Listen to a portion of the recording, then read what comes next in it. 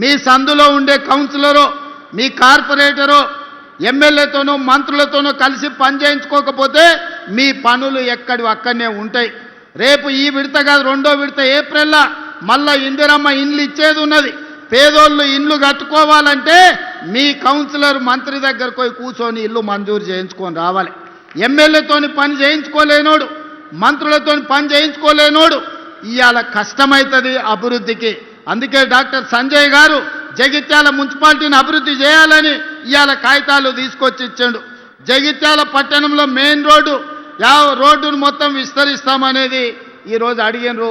తప్పకుండా జగిత్యాల మున్సిపాలిటీలో రోడ్డును విస్తరించే పని చేస్తాం. వాలంటరీ ల్యాండ్ ఈరోజు జగిత్యాల నియోజకవర్గంలో యంగ్ ఇండియా ఇంటిగ్రేటెడ్ స్కూల్కి అడిగిండు. తప్పకుండా వాటిని అమలు చేసే పని చేస్తాం. మేడ్పల్లి సత్యం 2 పేజీల కాగితాలు తెచ్చి ఇచ్చిండు మీ చొప్పదండి కోసం. తప్పకుండా మిత్రుడు సత్యం భవిష్యత్తున్న నాయకుడు, ఈరోజు జిల్లా పార్టీ అధ్యక్షుడే కాదు, రేపు భవిష్యత్తులో రాష్ట్ర స్థాయికి ఎదగాల్సిన నాయకుడు, యువకుడు, మంచి యువకుడు మీకు ఎమ్మెల్యేగా ఉన్నాడు. తప్పకుండా యువకులను ప్రోత్సహించి చొప్పదండిని అభివృద్ధి చేసే బాధ్యత నాది.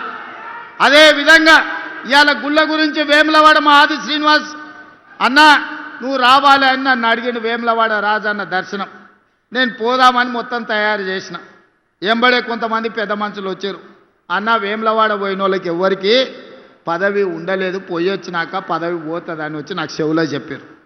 నాకు అర్థం కాలే. అయ్యా నేను పోతున్నది హరిహర మహాదేవుని దగ్గరికి, శివయ్య దగ్గరికి నేను పోతే వచ్చిన సమస్య ఏంది, అదెట్లనో చూద్దాం.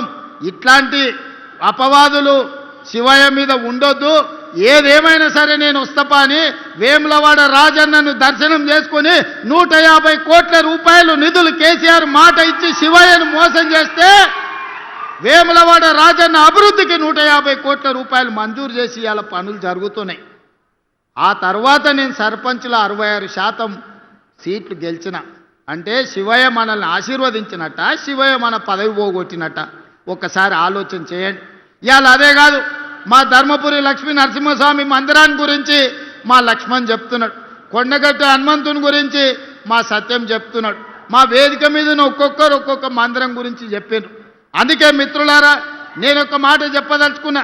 2027లో గోదావరి పుష్కరాలు రాబోతున్నాయి.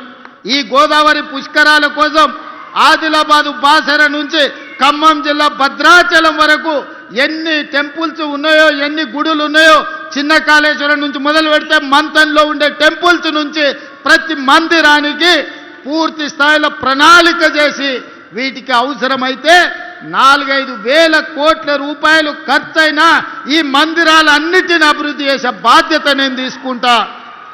చంద్రశేఖరరావు లాగా మాటిచ్చి మోసం చేసుడు, జీవోలు ఇచ్చి రూపాయి ఇదల్చకపోవడం లాంటి పనులు చెయ్యను. అన్నిటికీ అంచనాలను చేపిస్తా.